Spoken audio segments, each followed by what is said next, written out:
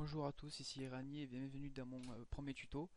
Donc déjà d'avance, excusez-moi si je bafouille un peu, mais bon, c'est un petit peu le stress du premier. Dans ce tuto, nous allons nous pencher sur le logiciel Cinema 4D.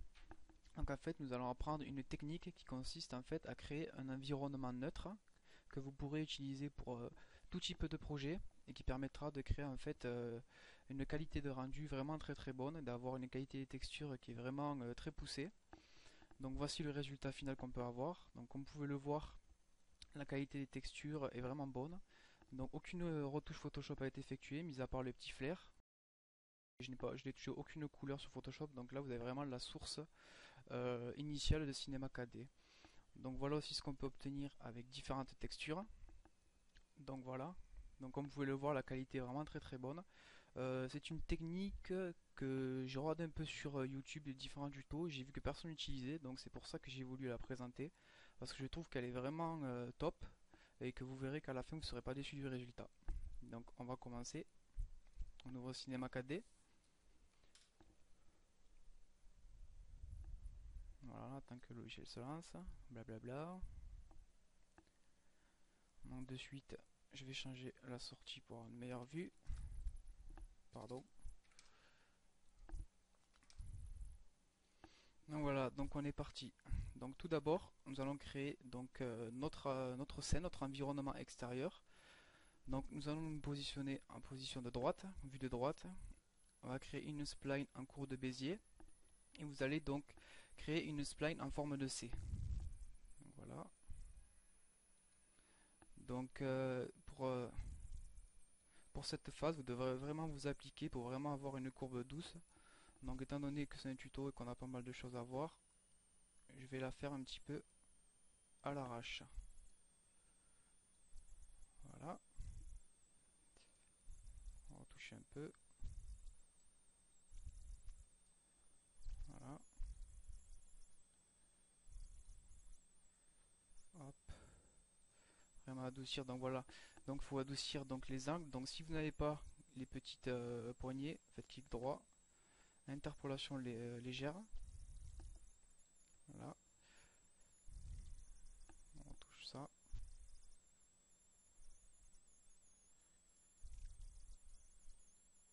Voilà. Vous devez vraiment vous appliquer pour vraiment avoir une courbe très douce. Vous comprendrez par la suite. Voilà. On va allonger là. Puisque c'est ici que va se trouver vos objets. On verra du final. Donc là, c'est pas top. On va créer plutôt ça. Là, pardon. Ouais. Bon, on va faire avec. C'est qu'un tuto, mais vous devez vraiment vous appliquer. Donc ensuite, donc nous allons appliquer donc une révolution. Tac. On va rentrer la spline en dessous de la révolution. Donc voilà. Ensuite, sélectionnez votre spline, mode objet. Vous allez agrandir. Voilà. Qui est le trou dans l'axe Z. Donc c'est bon. Ensuite, donc on va passer cet objet en mode éditable. Donc touche C ou vous appuyez ici. Voilà. Vous vous mettez en mode point. Vous allez dans structure. Fermez les trous polygonales. Donc on va fermer là.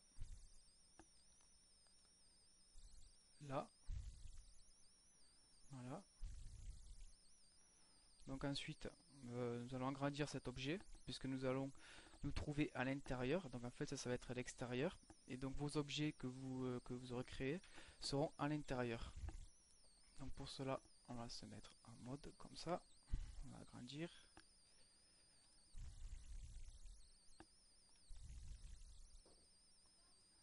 Voilà. On le trouve à l'intérieur. On va peut-être un petit peu plus agrandir. Voilà. On est plutôt bon. Effectuer un rendu pour voir. C'est bon, on est bon. Donc ensuite, à cet objet, on va y appliquer un hypernupс pour bien le lisser. Voilà. Là, on va vraiment lisser. On l'a vraiment, voilà. Parfait. On va le renommer. On va l'appeler fond. Donc, plutôt, attends, je vais peut-être un peu le rétrécir.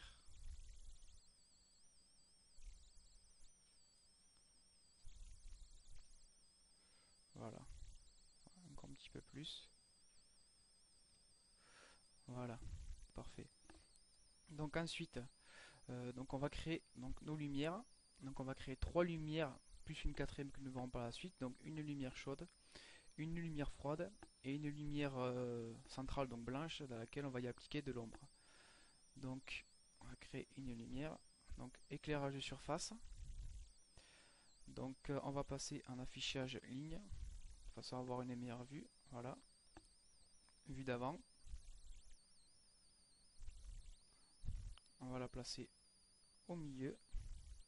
Avec les petites poignées là, on va l'agrandir, on va la mettre à la taille de notre fond. Voilà, parfait. Ensuite, on va se placer en position de haut.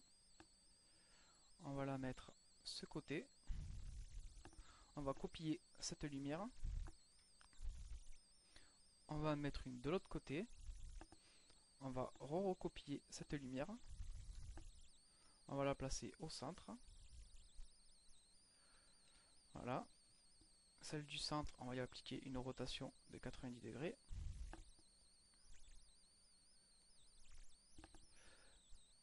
Voilà. On va la mettre ici. Puisque donc en fait notre scène va se situer au centre, nos objets vont se situer au centre, et cette lumière va éclairer nos objets et va répercuter l'ombre. Donc on va la monter un petit peu, la mettre bien haute, de façon à ce que l'ombre passe au-dessus des objets. On va l'incliner. Voilà, comme ça. Un peu plus. Hop, on va la monter encore un peu plus, la rapprocher. Voilà, parfait. Donc alors ensuite, nous allons renommer ces lumières. Donc celle-ci, lumière centrale.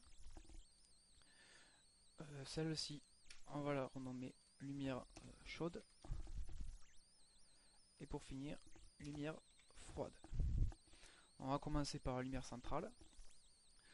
Donc, tout d'abord, on va y appliquer une intensité de 90 degrés, 90%, pardon. Voilà. On va y appliquer ombre en mode adaptative pour une densité de 140%. Donc, les configurations que je vais donner au niveau des lumières, ben, en fait, vous faites ce que vous voulez. Donc, si vous voulez vraiment avoir un environnement neutre, où les lumières n'ont pas vraiment de répercussions sur les objets, je vous conseille d'utiliser ces paramètres. Si par exemple vous voulez créer un objet, enfin une scène plutôt froide, par exemple dans la glace ou quoi, je vous conseille d'augmenter l'intensité de la lumière froide et vice versa. Si vous voulez faire une scène un peu désertique du chaud, pour représenter le chaud, vous augmentez la lumière chaude. Mais sinon pour une scène, on va dire, qui peut être utilisée partout, je vous recommande d'utiliser ces paramètres. Donc ensuite on prend la lumière chaude, généralité, intensité de la lumière chaude, on va mettre 40%. Lumière froide, on va mettre 50%. Et pour finir, il ne nous reste plus qu'à changer la couleur. Donc au niveau du chaud, on va augmenter très légèrement, voilà, de façon à avoir un rouge très pâle.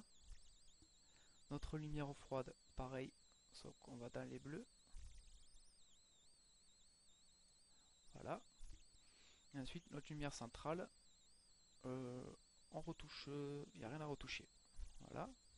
Donc ensuite, on va texturer donc cet objet. Donc pour cela, on crée une nouvelle matière. On décoche la spécularité. On va chercher un blanc bien profond. Où on va le mettre, si je me souviens, 120%. Voilà. On l'applique à notre fond. Voilà. Voilà l'intérieur pour voir ce que ça donne pour le moment. On va repasser en mode ombrage de gourou. Effectuer un petit rendu. On est plutôt pas mal. Voilà. Donc c'est bon, on est bon. Donc on repasse en ligne pour vraiment avoir une meilleure vue. Maintenant, qu'est-ce qu'on va créer? Ben, on va créer donc l'environnement HDRI de façon à avoir de la réflexion sur nos objets. Donc pour cela, on va créer une sphère. que l'on va agrandir, qui va se trouver à l'extérieur.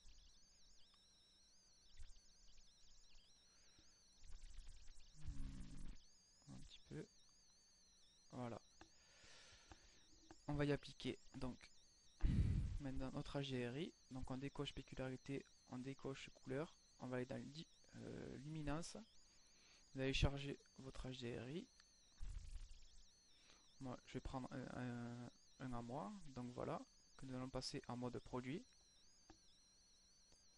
Donc pour ceux qui n'en ont pas, donc vous en avez donc dans la médiathèque que propose Cinema 4D. Donc que je me souvienne bien, ils sont dans Prime, Matériel, HDRI. Là vous en avez plein. Moi je préfère utiliser les miens, je trouve qu'ils sont plus jolis. Voilà, donc l'HDRI on va l'appliquer à notre sphère. On va la renommer. HDRI, on va la renommer ici. HDRI, on va renommer ici, on va mettre fond. Voilà. On va repasser en ombrage du gourou. Donc on voit que notre HDRI a bien été mis. Donc là, le souci c'est que comme vous pouvez le voir, notre environnement HDRI est derrière l'objet. Donc il n'y aura aucune réflexion sur nos objets à l'intérieur. Donc pour cela, c'est très simple. On va effectuer, en fait on va donner un paramètre de rendu à ce fond. Donc pour cela, propriété, paramètre de rendu. Pardon. Propriété, paramètre de rendu. Et vous allez décocher visibilité par réflexion. Donc comme cela, à l'intérieur, la réflexion rentrera. Donc ensuite, nous avons un autre